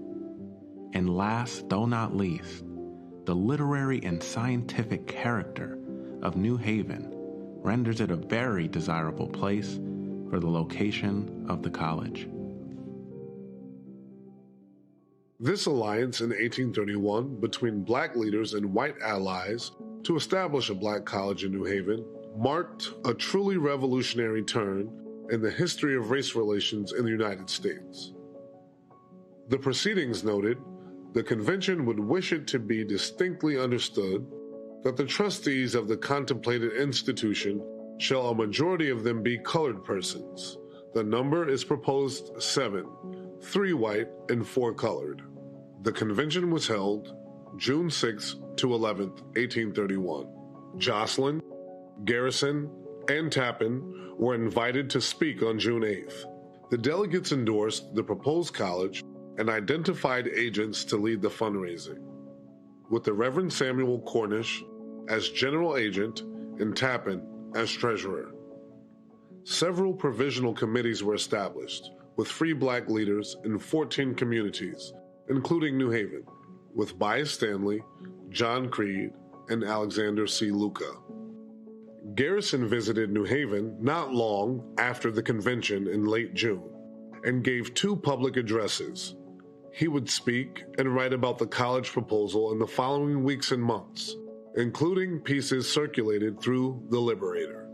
The proposal was noted in the July 30th, 1831 edition of the New York Evangelist newspaper, which described the work of black leaders and philanthropic white allies to establish a college at New Haven, with $10,000 to be raised among white donors and $10,000 from black donors. The newspaper said, "The idea is a good one. We wish success to the undertaking with all our heart." On September 5, 1831, the Provisional Committee of Philadelphia published an appeal to the benevolent in that city's Chronicle newspaper, outlining plans for the black college in New Haven. Back in New Haven, Simeon Jocelyn gave an address on Wednesday, September 7, 1831, at the Third Congregational Church on the subject of the moral, intellectual, and civil improvement of the people of color in the United States. No doubt, he promoted plans for the new black college as he discussed abolition and anti-slavery efforts. Around the same time, on September the 6th, the first notice appeared in New Haven newspapers of the insurrection in Virginia known as Nat Turner's Rebellion. One paper noticed, quote, "The insurrection in Virginia appears to have been very easily suppressed." Many historians cite the news of Nat Turner's Rebellion as a factor in the reaction by whites to the college in New Haven in the following days. The day after Jocelyn's address, on Thursday, September 8th, New Haven Mayor Dennis Kimberly, a graduate of Yale, gave notice of an extraordinary meeting of the freedmen, i.e. the white property owners, for 2 days later on Saturday, September 10th. To either of the sheriffs of the city of New Haven, greeting. You are hereby required to warn the freemen of said city to meet at the city hall in said city on Saturday, the 10th day of September, 1831, at 2 o'clock in the afternoon, to take into consideration a scheme said to be in progress for the establishment in this city of a college for the education of colored youth, and to adopt such measures as may be deemed expedient relative to the same, and to do any other business proper for said meeting. Hereof fail not, and do return make. Given under my hand by advice of the aldermen in the city of New Haven this 8th day of September, 1831, Dennis Kimberly, Mayor. Juxtaposed to the notice by the mayor about the meeting on the black college, there's another notice, just underneath, of the preliminary meeting of the alumni of Yale College to be held a few days after the Saturday town meeting on Tuesday, September 13th. The Saturday, September 10th meeting was held in the State House, the co-capitol building that had just opened that year, which had a space for town hall meetings. A contemporary account describes that intense afternoon. Quote, "So great was the interest to hear the discussion that notwithstanding the excessive heat and the almost irrespirable atmosphere of the room, the hall was crowded throughout the afternoon. Hundreds and hundreds and hundreds of white men packed into a 3,000 square foot room in the State House on a hot Saturday afternoon." The meeting voted 700 against the college and only 4 in favor. Its inhabitants are friendly, pious, generous, and humane. The reports in the newspaper note that the meeting was addressed against the college by 4 people: Isaac Townsend, Ralph Ingersoll, Nathan Smith, and David Daggett. Only Simeon Jocelyn spoke in favor. On the table were resolutions put forward by a committee that Dennis Kimberly, the mayor, had appointed. It had 10 people, at least 6 of whom were Yale alums: Simeon Baldwin, William Bristol, Samuel Hitchcock, Ralph Ingersoll, Augustus Street, and Isaac Townsend. They were top figures of civic, legal, and political leadership. Ingersoll was the congressman, Baldwin had been mayor of New Haven, and Hitchcock was a leading lawyer. Of the 4 who spoke against the college, David Daggett was at the time Associate Justice of Connecticut Superior Court. The next year, he would be Chief Justice of Connecticut Supreme Court. He was, along with Hitchcock, a founder of the Yale Law School. Their resolutions had 2 parts. The first began, quote, "The immediate emancipation of slaves in disregard of the civil institutions of the states in which they belong, and as auxiliary thereto the contemporaneous founding of a college for educating colored people, is an unwarrantable and dangerous interference with the internal concerns of other states and ought to be discouraged." In other words, New Haven's leadership voted 700 to 4 in support of maintaining slavery in the nation. The second part of the resolution said, "Yale College, the institutions for the education of females, and the other schools already existing in the city are important to the community and the general interests of science, and as such have been deservedly patronized by the public. And the establishment of a college in the same place to educate the colored population is incompatible with the prosperity, if not the existence, of the present institutions of learning, and will be destructive of the best interests of the city. We will resist the establishment of the proposed college in this place by every lawful means." In other words, the new black college would be a threat to Yale and other schools in town. The white supremacist sentiments in New Haven are well documented in contemporary newspaper accounts, as are its ties to the South. One paper wrote, "Here we have Yale College, among the highest ornaments of which are sons of Southern planters.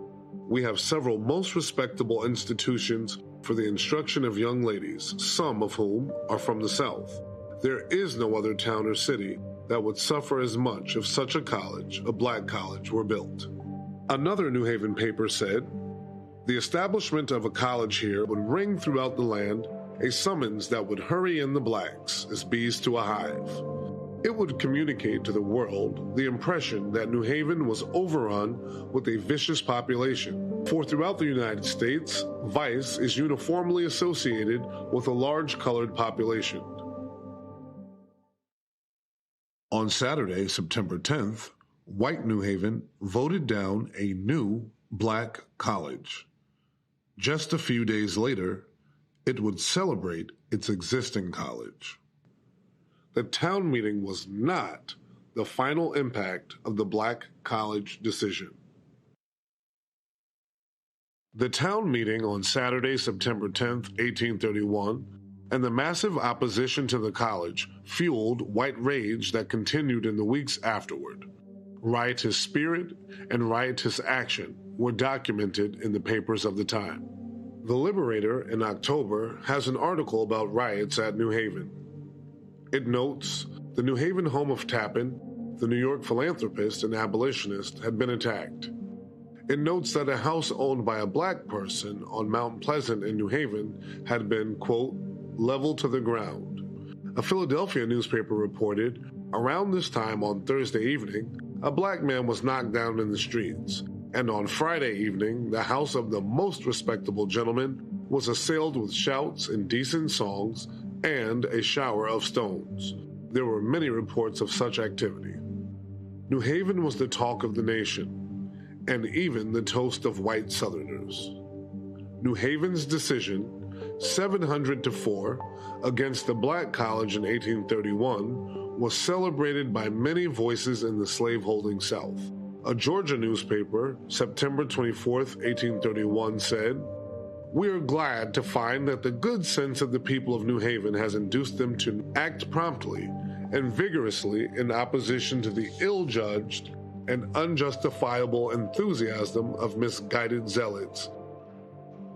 A Richmond newspaper describes what New Haven had done as an admirable lesson, and the newspaper in Natchez, Mississippi, carried a piece in October 1831 that reads, "The attempt made by a convention in Philadelphia to establish a college in New Haven for the education of the blacks has been met by the citizens of the latter city in a spirit that will be duly appreciated by the people of the South." New Haven's decision to oppose the college was widely covered throughout the country and had real impact in national conversations. New Haven's action thwarted plans to promote education and liberation and reinforce the status quo of slavery and racial oppression. Garrison responded in poetry to what he called, quote, "the disgraceful proceedings," end quote, with lines that began, "New Haven, thou hast rashly done a deed, which shrouds thy glory in a black eclipse." New Haven's action had real impact in law and policy. The New Haven experience was cited by opponents of Prudence Crandall and her Academy for Black Women in Canterbury, Connecticut.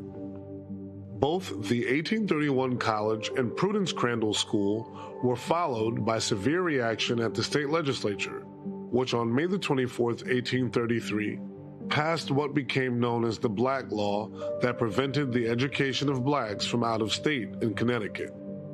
Crandall was arrested, placed on trial. When it came to trial, the judge was David Daggett, Yale alum and former faculty who led the opposition to the college in 1831.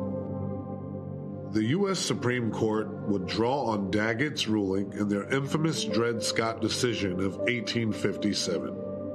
That decision cited Connecticut and Daggett's ruling that black people were not within the meaning of the word citizens in the Constitution of the United States. The actions in New Haven in 1831 had real impact, locally, statewide, and nationally. And the fact that the college was blocked had a real impact on generations whose access to higher education was limited. The Beinecke Library holds a pamphlet published by Simeon Jocelyn about the 1831 college proposal, its supporters, and the opposition. Jocelyn compiled it at the request of the Superintending Committee of Free Black New York leaders, including the Reverend Peter Williams, Thomas Downing, Peter Vogelsang, Boston Cromwell, and Philip A. Bell. This copy was owned by John Warner Barber, a New Haven engraver, historian, and abolitionist, one of the 4 whites to vote for the college. In his hand, it says, "To be carefully preserved." He knew this story needed to be told, needed to be remembered. 190 years later, let us remember. Let us engage this story of the past in our own present times. Let us make sure that the story shows what happened and why it is not forgotten. And more than that, let us consider what the Black College would have meant for New Haven and the nation. As you pass through the intersection of I-91 and I-95, think about the proposed Black College of 1831 and consider what could have been.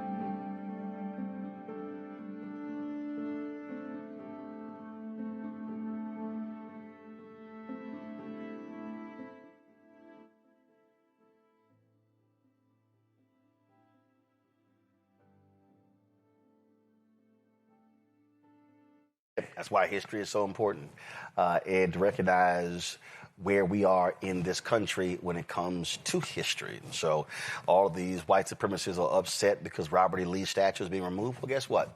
He was a domestic terrorist. I don't want to hear this shit about how honorable he was. They're sitting here to, President Dwight Eisenhower called him one of four of the greatest Americans. I don't give a shit.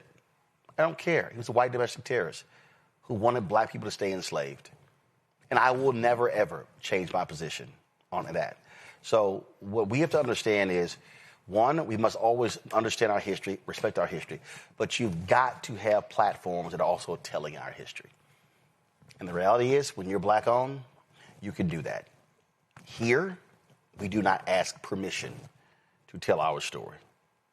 We tell it unapologetically. Folks, that is it for us. Want to support the work that we do, please join our Brain and Funk fan club. Your dollars are critically important to that. When you invest, and let me be real clear, kill the music. I had somebody ask me, and they said, man, what do you do? I said, guys, we don't send people's hat, T-shirts, mugs, backpacks, all kind of stuff. Because the people, when they get to the show, it goes into the show. I'm not joking.